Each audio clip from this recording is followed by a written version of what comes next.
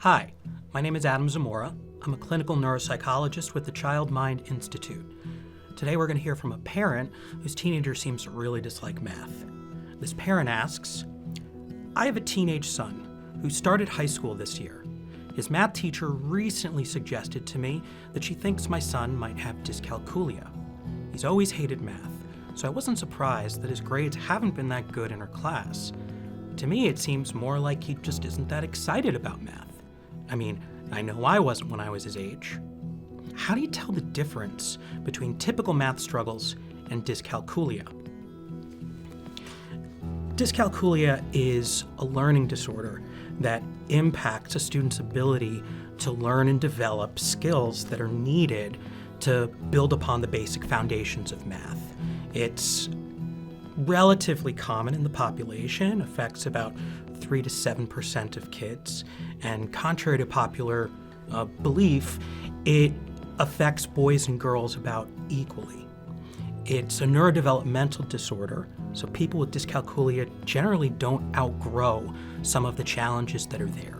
Early on in life, dyscalculia can look like difficulties with understanding the difference between quantities.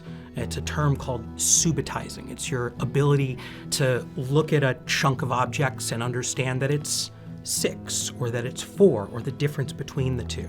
And then as kids are exposed to numbers in school, it's hard for them to actually learn and memorize this symbol means 4, this symbol means 5. And once they learn more language and learn how to read, understanding that the number symbol for 2 means the same thing as the word for 2. These are some of the earlier signs of dyscalculia, which are sometimes hard to spot, and sometimes they can look like things like dyslexia as well, difficulties with reading. But as kids get older, things like addition and subtraction, solving problems from left to right versus from top to bottom, can be challenging for them, memorizing times tables. And outside of sort of your classroom math, it can also impact your ability to tell time, to calculate distances, and in addition to those things, being able to estimate how long it takes to do something. So it really affects our ability more than just adding and subtracting and liking math or disliking math. It affects your ability to understand procedures, to understand how numbers and chunks of numbers can mean different things.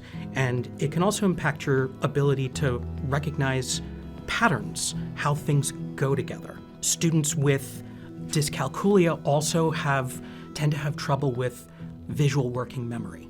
It's hard for them to do things in their head without also talking about them. And if you've ever tried to do mental math or calculate a check without a calculator, these are things that can be really hard for you to do. To learn more about dyscalculia, visit childmind.org.